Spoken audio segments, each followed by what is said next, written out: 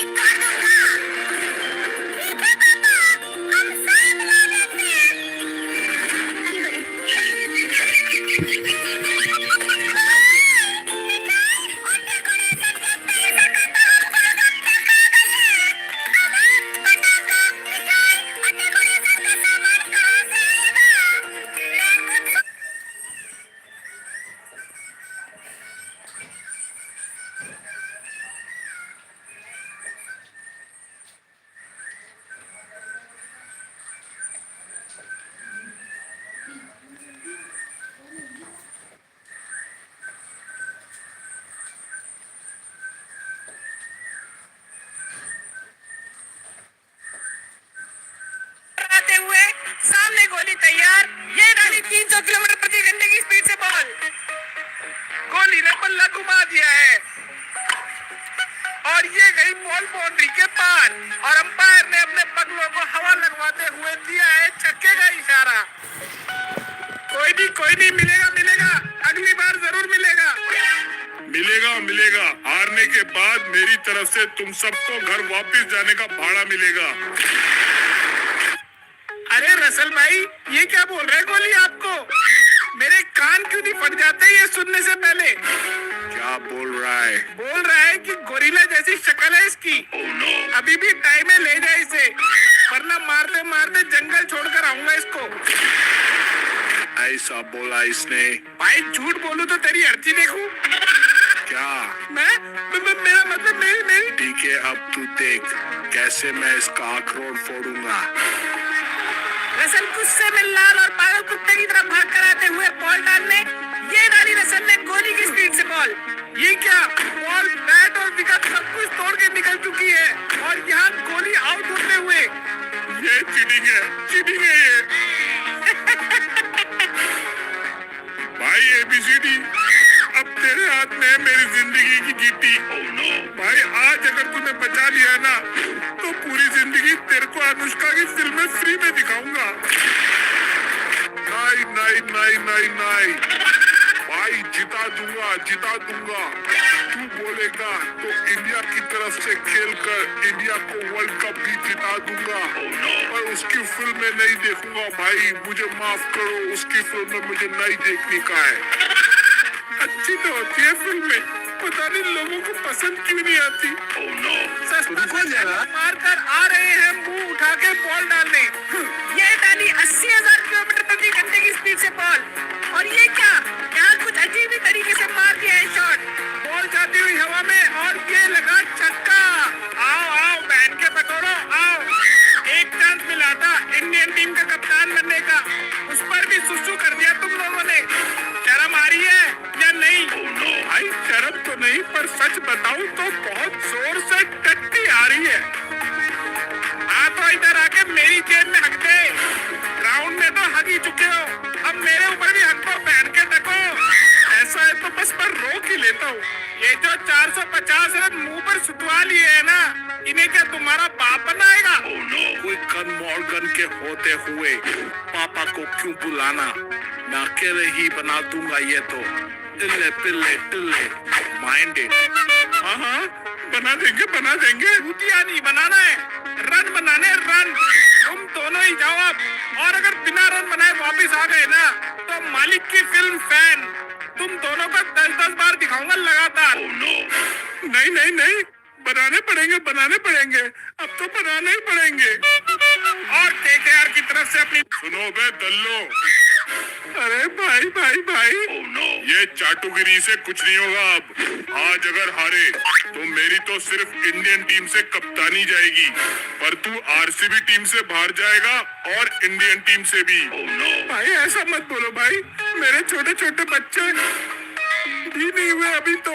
आज अगर हारे तो फिर मैं होने भी नहीं दूंगा। भाई मुझे तो बॉल, इस बैट्समैन पर है सिर्फ मेरा हक। फाड़ूंगा टांग में इसकी, कोई शक है? पिछले मैच में कुत्ते की तरह रन पिटवा के अब तुझ पे नहीं है मेरा ट्रस्ट। दूंगा नहीं तुझको बॉलिंग, कोई शक? चल भाग। टहल, ये ले बॉल और याद रखियो, मैच हारे तो होगा बहुत बड़ा पाप, फिर तू भी कभी नहीं बन पाएगा बाप। मैं कोई मुर्गन आज निकालूंगा तुम सबकी अट्टी पट्टी कट्टी माइंडेड। अबे ओ सांबर इडली, अब देख कैसे उड़ाऊंगा तेरी किल्ली। टहलते हुए आ रहे हैं बॉल डालने, टहल, और ये डाली 25,000 किलोमीटर प्रति घंटे की स्पीड से बॉल। ये क्या, बॉल लगी है सीधा मॉर्गन की टंगिया पर। अबे हटा सावन की खदा, खा खुजा बत्ती बुझा के सो जा, निन टुकले पिन टुकले तेजी से फुटक ले। Oh my mom. टहल, एक बात समझ नहीं आई, ये ओ माय मॉम क्यों बोल रहा है? भाई वो अंग्रेज है ना, अब हमारी तरह अरे मेरी मैया तो नहीं कर सकता, इसीलिए ओ माय मॉम बोल रहा है। और अब टहल अगली बॉल डालने के लिए भाग कर आते हुए और उधर कांपते हुए राणा बैटिंग के लिए तैयार। और ये डाली टहल ने बॉल, ये क्या बॉल लगी है सीधा राणा की आंख पर और यहाँ राणा को मार मार के कर दिया है काना। नीचे आ चुके हैं बैटिंग पर, सामने टहल भाग कर रहे हुए बॉल डालने के लिए और ये डाली बॉल, पल्ला घुमा दिया है टीके ने और ये लगा छक्का।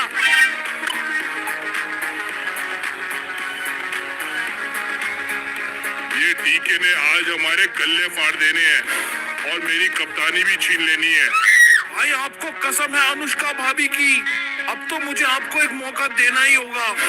आज का मैच जिता दो बस, आज जीत गए तो तुम सबको अनुष्का की फिल्में बस भाई बस, हम जिता देंगे भाई, हम जिता देंगे और बदले में कुछ नहीं चाहिए, हम आपके आगे हाथ जोड़े हैं।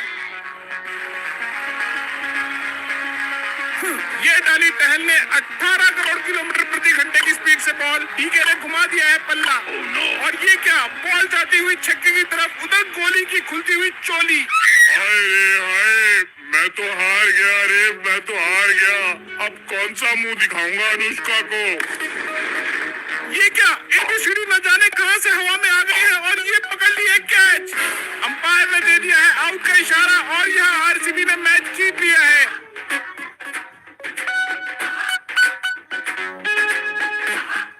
Turned on mobile data. Turn it on to continue getting more orders. होता है तो उसकी नजर अपनी खिड़की पर पड़ती है। वो खिड़की के बाहर देखता है एक चुड़ैल और भूतिया कुत्ता एक औरत को मार कर उसकी लाश खा रहे होते हैं। ये देखकर आशु के रोंगटे खड़े हो जाते हैं और वो जोर से चिल्लाता है। उसकी आवाज सुनकर उसके घर वाले उठ जाते हैं और उससे बोलते हैं, माँ, मैंने अभी बाहर एक चुड़ैल और एक भूतिया कुत्ता देखा जो मीना काकी की लाश को खा रहे थे। क्या? चुड़ैल और भूतिया कुत्ता अपने गांव में? तू ये क्या बोल रहा है बेटा? लगता है तूने कोई डरावना सपना देख लिया है। नहीं माँ, मैं सच बोल रहा हूँ। अगर आपको यकीन नहीं होता तो आप मेरे साथ बाहर चलकर देख लीजिए। इसके बाद आशु अपनी माँ के साथ बाहर जाता है। वहाँ उसकी माँ मीना की लाश को देखती है। मीना की लाश को देखकर ऐसा लगता है मानो जैसे कि किसी जानवर ने उसकी लाश को नोच कर खाया हो। ये देखकर आशु की माँ को अपने बेटे की बात पर विश्वास हो जाता है और वो डरते हुए अपने बेटे से बोलती है, बेटा, कल सुबह होते ही हमें ये बात गांव के सभी लोगों को बतानी होगी। अगर हम ये बात छुपाएंगे तो शायद कल वो चुड़ैल हमारी भी किसी तरह से जान ले लेगी और अभी हमें घर में चलना चाहिए।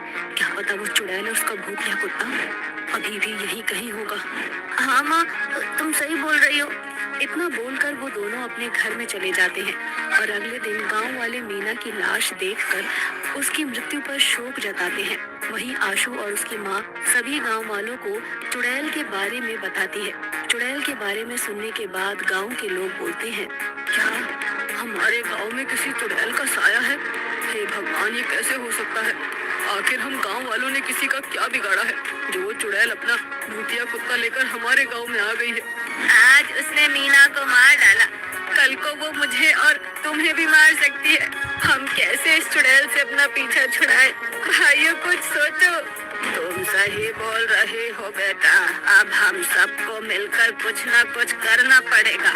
फिलहाल तो हम सबको रात में अपने घर के अंदर ही छुपकर रहना चाहिए ताकि वो चुड़ैल हम लोगों को पकड़ ना सके। जिसके बाद सभी गांव वाले मंदिर में जाते हैं और भगवान से प्रार्थना करते हैं। पूरा दिन ऐसे ही बीत जाता है और शाम हो जाती है। रात होते ही सभी गांव वाले अपने घर का दरवाजा बंद करके अपने घर में सोने के लिए चले जाते हैं। रात के 2 बज रहे होते हैं और अब आधी रात को वो चुड़ैल अपने भूतिया कुत्ते के साथ गाँव के अंदर आती है और वो देखती है कि गाँव के सभी लोग आज अपने अपने घरों के अंदर सोए हुए हैं। आज एक भी ऐसा इंसान नहीं था जो अपने घर के बाहर या आंगन में हो। ये देखकर चुड़ैल अपने भूतिया कुत्ते से बोलती है, ये क्या, आज सारे गांव वाले अपने घरों के अंदर हैं। लगता है इन गांव वालों को हमारे बारे में पता चल गया है। इन्हें क्या लगता है कि ये अपने घर में छुप कर बैठ जाएंगे तो हम इनका कुछ नहीं बिगाड़ पाएंगे। हम इन्हें इनके घर के अंदर से बुलाकर मारेंगे और अगर फिर भी ये अपने घरों से बाहर नहीं निकले तो इनके घर में घुस कर इनको मारेंगे। हाँ मेरे शेर, मैं समझ गई तुम क्या कहना चाहते हो।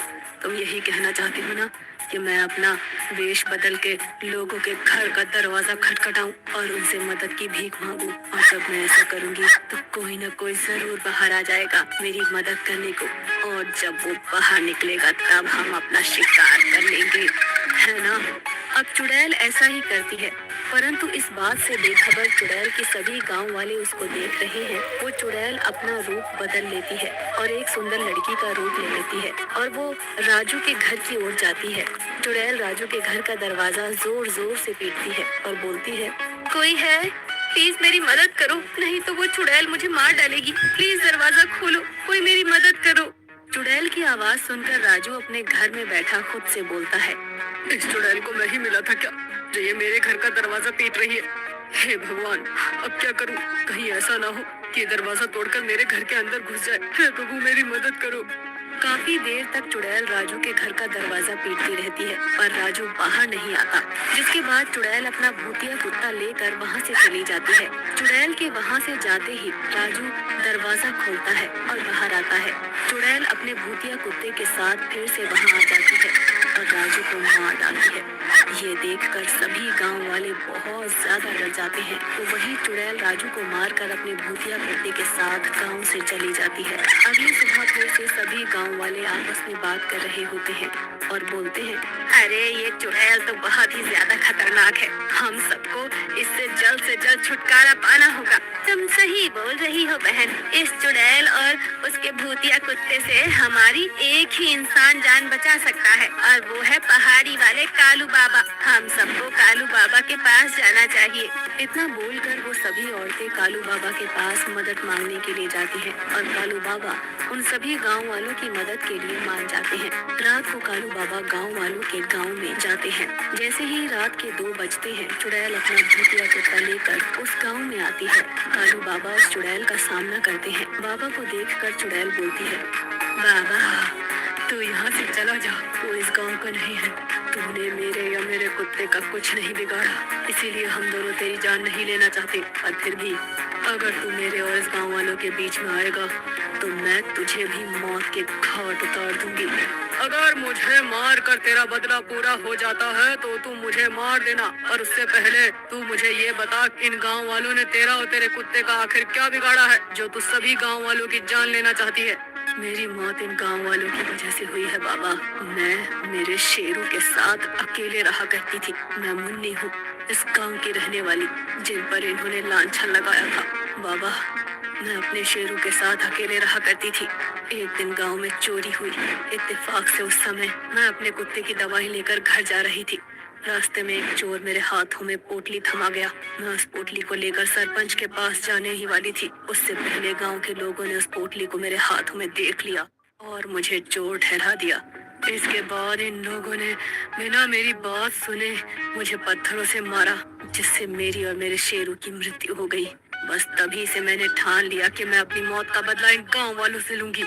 मीनू हमें माफ कर दे, हमें लगा वो चोरी तूने ही करी है। वो पैसे हम सभी गांव वालों की जमा पूंजी थी। हमने तेरी बात नहीं सुनी और जब उस चोर ने हमें ये कहा कि ये चोरी तूने की है और तेरे पास पोटली मिली तो हम सभी गांव वालों को लगा कि तू ही चोर है। हमें हमारी छोटी सी गलती की इतनी बड़ी सजा मत दे। हाँ हम मानते हैं हमारी वजह से तेरी जान गई, पर उसका बदला इस तरह से मत ले। पूरे गांव को वीरान मत कर। मुन्ने तुम एक समझदार लड़की हो, गांव वालों से गलती हुई है और तुमसे अपनी गलती की माफी मांग रहे हैं। ये सब तुम इन्हें माफ कर दो। नहीं, मैं किसी को माफ नहीं करूंगी।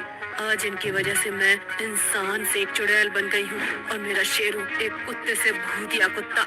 इतना बोलकर भूतिया कुत्ता और वो चुड़ैल गांव वालों पर हमला करने लगते हैं, जिसके बाद ना चाहते हुए भी बाबा को अपना भभूत चुड़ैल और कुत्ते के ऊपर फेंकना पड़ता है। बाबा जैसे ही अपना भभूत चुड़ैल के ऊपर फेंकते हैं, जिसके बाद बाबा एक मंत्र पढ़ते हैं और उन दोनों के शरीर में आग लग जाती है और वो दोनों जलकर राख हो जाते हैं। जिसके बाद सभी गाँव वाले उस चुड़ैल और उसके भूतिया कुत्ते के खौफ से आजाद हो जाते हैं। रुको जरा,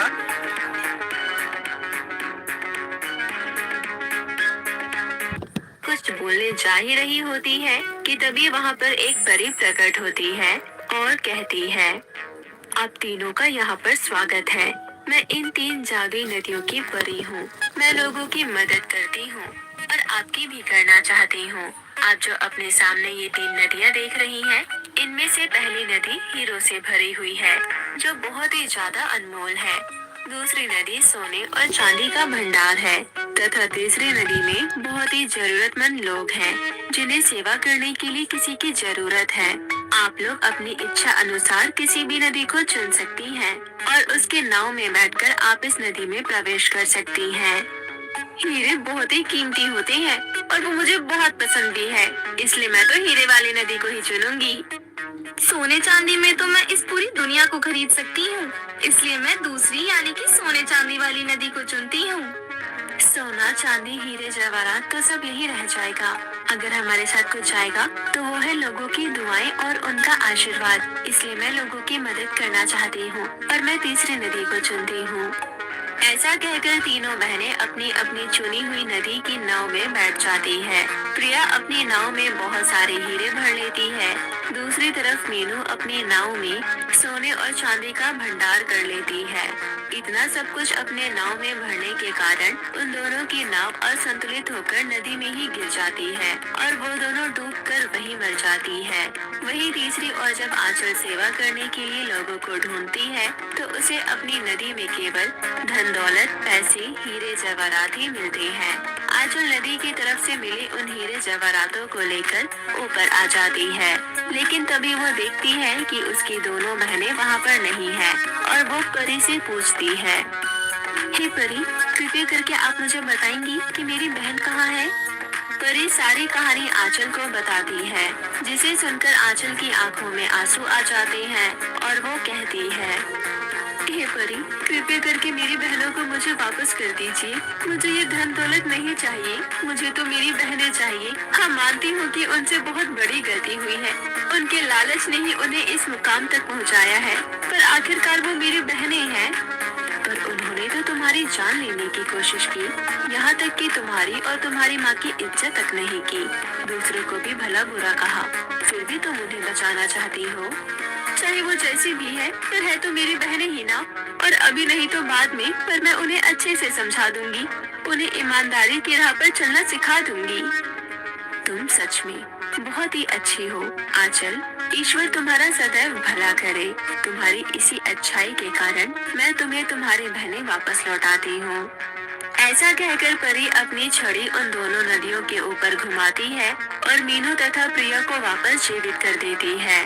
मीनू और प्रिया को जब आंचल की बातों का पता चलता है तो वो उसके पैरों में पड़ जाती है और अपने किए के लिए माफी मांगती है और आंचल उन्हें बड़ा दिल रखकर माफ कर देती है। जिसके बाद परी उन तीनों को धन दौलत के साथ विदा करती है, जिसे लेकर आंचल अपनी माँ के पास आ जाती है और वो तीनों बहनें तथा सावित्री खुशी खुशी अपना जीवन व्यतीत करने लगते हैं। रुकिए जरा, आगे एक और कहानी देखिए अच्छी सी परियों कि तभी वो खरगोश वहाँ आ जाता है और एक जादूगर के रूप में बदल जाता है।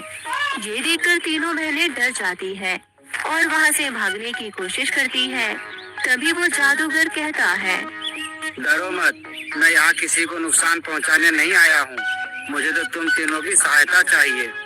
हम सब जानते हैं तुम जादूगर हो और जादूगर लोगों को अपने जाल में फंसाकर उनकी बलि देते हैं। दिशा दीदी, चलो हम यहाँ से चलते हैं। मैं सच कह रहा हूँ, मुझे आपको कोई नुकसान नहीं पहुँचाना है। मेरी माँ बहुत बीमार है और वो आप लोगों से मिलना चाहती है, यही उनकी आखिरी इच्छा है। मैं बस उनकी आखिरी इच्छा पूरा करना चाहता हूँ, कृपया करके मेरी मदद कीजिए। नहीं, रूपाली बिल्कुल सही कह रही है, तुम हमारी बलि देना चाहते हो, हमें तुम्हारे साथ कहीं नहीं जाना। अगर इनकी माँ को हमारी जरूरत है तो हमें साथ जाना चाहिए। पर दीदी, मेरी बात मानो, कोई भी व्यक्ति अपनी माँ को लेकर ऐसा झूठ नहीं बोलेगा। जादूगर जी, आप चलिए, हम आपके पीछे पीछे आते हैं। इसके बाद जादूगर उन्हें जंगल के अंदर एक गुफा में ले जाता है, जहाँ जादूगर की माँ बहुत बीमार अवस्था में लेटी होती है। अनुराधा उनके पास जाती है और कहती है, क्या बात है जादूगरनी जी, आप आपने हम तीनों से मिलने की इच्छा क्यों जाहिर की? हम तो आपको जानते भी नहीं हैं। तुम तीनों मुझे नहीं जानती, पर मैं तुम तीनों को अच्छे से जानती हूँ। तुम्हारी माँ मेरे पास जादू सीखने आया करती थी। वो मेरी सबसे अच्छे शिष्य होने के साथ साथ मेरी सहेली भी थी, और उसने मरने से पहले तुम तीनों के लिए कुछ दिया था, और अब वो समय आ गया है कि मैं तुम्हें वो लौटा दूँ। ऐसा कहकर वो जादूगरनी उन तीनों बहनों को एक एक गुलाब थमा देती है और कहती है, ये लो, ये तुम्हारी माँ की अमानत है जो उसने मुझे तुम्हें सौंपने को कहा था। और हाँ, ये कोई आम गुलाब नहीं है। इस गुलाब को जाकर किसी बड़े और खुले मैदान में लगा देना, और ये गुलाब एक बहुत ही सुंदर गुलाब घर में बदल जाएगा। उस गुलाब घर में किसी भी चीज की कोई भी कमी नहीं होगी, और वहाँ रहकर तुम तीनों अपनी पूरी जिंदगी हंसी खुशी बिता सकती हो। आपका बहुत बहुत धन्यवाद। आपने हमारी बहुत बड़ी मदद की है। हम जैसे तैसे घर का गुजारा चला रहे थे, पर अब हम सुख चैन से जी पाएंगे केवल आपकी बदौलत। ऐसा कहकर अनुराधा जादूगरनी के पैर छूती है। उसके बाद तीनों बहनें अपना अपना गुलाब का फूल लेकर वापस घर आ जाती हैं, और फिर तीनों एक साथ एक बड़े से मैदान में जाती हैं और उस जादुई गुलाब को उस मैदान में लगा देती हैं, और वो तीनों गुलाब बहुत ही आलीशान गुलाब घर में बदल जाते हैं। दीदी, ये गुलाब घर तो बहुत ही ज्यादा सुंदर है और बहुत बड़ा भी है। सच में उस जादूगरनी ने तो हमारी जिंदगी ही बदल दी। मैं तो अभी अभी घर के अंदर भी होकर आई हूँ। घर अंदर से भी बहुत बड़ा और आलीशान है। यहाँ हमें किसी भी चीज की कोई कमी नहीं होगी। ये तो बहुत ही अच्छी बात है, पर तुम इस घर के चक्कर में अपनी पढ़ाई करना मत भूल जाना। अब पढ़ाई करने की क्या जरूरत है दीदी, हमारे पास सब कुछ है। हम इस गुलाब के घर से जो भी मांगेंगे वो ये गुलाब घर हमें दे देगा। फिर हमें पढ़ लिखकर कुछ करने की क्या जरूरत है। हाँ अनुराधा दीदी, रूपाली बिल्कुल ठीक कह रही है। ये घर जादुई आज है, कल क्या पता ना हो, पर अगर तुम्हारे अंदर ज्ञान होगा तो वो ज्ञान हमेशा ही रहेगा। ये ज्ञान कभी गायब नहीं होगा और ना ही कोई तुमसे छीन पाएगा। इसलिए अपनी पढ़ाई जारी रखो। अनुराधा उन दोनों को बहुत समझाती है, परंतु दोनों बहनों में से कोई भी अनुराधा की बात पर ध्यान नहीं देता। अब अनुराधा उस गुलाब घर की सहायता से अपने जैसे लोगों की मदद भी करने लगती है। एक दिन उसके घर के सामने 3 अपाहिज औरतें आती हैं और अनुराधा से मदद की गुहार करती है, जिसके बाद अनुराधा गुलाब घर से कहती है, हे जादुई गुलाब घर, मुझे कुछ पैसों की जरूरत है। कृपया करके मुझे कुछ पैसे प्रदान करो। अनुराधा के ऐसा कहते ही गुलाब घर ढेर सारे पैसे अनुराधा को दे देता है, जिसके बाद अनुराधा वो सारे पैसे उन औरतों में बांट देती है। मेरी एक सलाह है, आप इन पैसों से कोई बिजनेस स्टार्ट कर लीजिए। इससे आपको कभी भी किसी के भी आगे पैसे के लिए हाथ फैलाने की जरूरत नहीं पड़ेगी और आप एक अच्छा जीवन भी जी पाएंगी। ठीक है बेटा, तुम्हारा बहुत बहुत धन्यवाद। आजकल के जमाने में कोई हम जैसों की मदद नहीं करता, परंतु तुम बहुत अच्छे दिल की हो। भगवान तुम्हारा भला करे। ऐसा कहकर वो औरतें वहाँ से चली जाती हैं। इसी तरह जब भी कोई जरूरतमंद अनुराधा के द्वार पर आता तो वो उसकी खुले दिल से मदद करती। वहीं दूसरी ओर रूपाली और दिशा पैसा आने के साथ साथ घमंडी बनती जा रही थी। वो किसी की मदद भी नहीं करती थी, ना ही किसी की परेशानियों पर ध्यान देती थी। वो पूरे दिन पार्टी करती, क्लब में जाती और मौज मस्ती करती थी, और उन दोनों ने कई आवारा दोस्त भी बना लिए थे। आज तो क्लब में डांस करके मजा ही आ गया। हाँ रूपाली, वहाँ की ड्रिंक्स भी कितनी अच्छी थी ना। ऐसे ही दोनों बहनें आपस में बातें करती हुई जा रही थी। तभी एक गरीब औरत रूपाली और दिशा के पैर पकड़ लेती है। कृपया करके मेरी मदद कीजिए, मेरी बच्ची और मैं 3 दिन से भूखे हैं। अगर वो एक और दिन भूखी रही तो मर जाएगी। कृपया करके मुझे कुछ पैसे दे दीजिए, और पैसे नहीं दे सकती तो कुछ खाने को दे दीजिए। तुम लोगों को बिल्कुल भी शर्म नहीं आती? ऐसे भीख मांगते हुए कोई अमीर इंसान दिखा नहीं कि उसके पीछे पड़ गए। अरे रूपाली, इन पर ध्यान मत दो। हर सड़क पर ऐसे 2-3 लोग तो दिख ही जाते हैं, आप इन्हें बस इग्नोर करो। इसके बाद दोनों बहनें वापस अपने अपने गुलाब घर में आ जाती हैं। रूपाली, मैंने तुम्हारे पास कभी पैसों की कमी नहीं रखी। तुमने जितना पैसा मांगा मैंने तुम्हें उससे भी ज्यादा पैसा दिया। इसके बावजूद भी तुमने उस गरीब की मदद करने से इनकार कर दिया और उसे 4 बातें भी सुना दी। आखिर क्यों? ये सवाल करने वाले तुम होते कौन हो? तुम बस एक घर हो और मैं तुम्हारी मालकिन, और ये बात कभी मत भूलना। रूपाली के इतना कहते ही वो गुलाब घर वहाँ से अदृश्य हो जाता है और रूपाली बहुत गरीब हो जाती है और फटे पुराने कपड़ों में आ जाती है। यही सब दिशा के साथ भी होता है। इसके बाद दोनों बहनें अनुराधा के गुलाब घर में घुसने की कोशिश करते हैं, परंतु उन्हें बहुत तेज करंट लगता है और वो दूर जा गिरती है। लगता है कि गुलाब घर हमें अंदर नहीं आने देगा। हमें दीदी को ही बाहर बुलाना होगा। हाँ, तुमसे ही कह रही हूँ। अनुराधा दीदी, बाहर आओ। अनुराधा बाहर आती है और अपनी बहनों को ऐसे फटीचर हालत में देखकर हैरान रह जाती है। ये सब क्या है? इसके बाद दोनों बहनें सारी कहानी बताती है। इसलिए मैं तुम दोनों से कहती थी, पढ़ो लिखो और लोगों के प्रति अच्छा व्यवहार रखो, पर तुमने मेरी एक नहीं सुनी।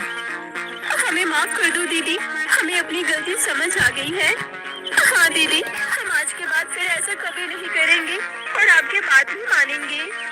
ठीक है, अगर तुम्हें अपनी गलतियों पर पछतावा है तो तुम्हें एक मौका मिलना ही चाहिए। ऐसा कहकर अनुराधा उन दोनों को अपने घर ले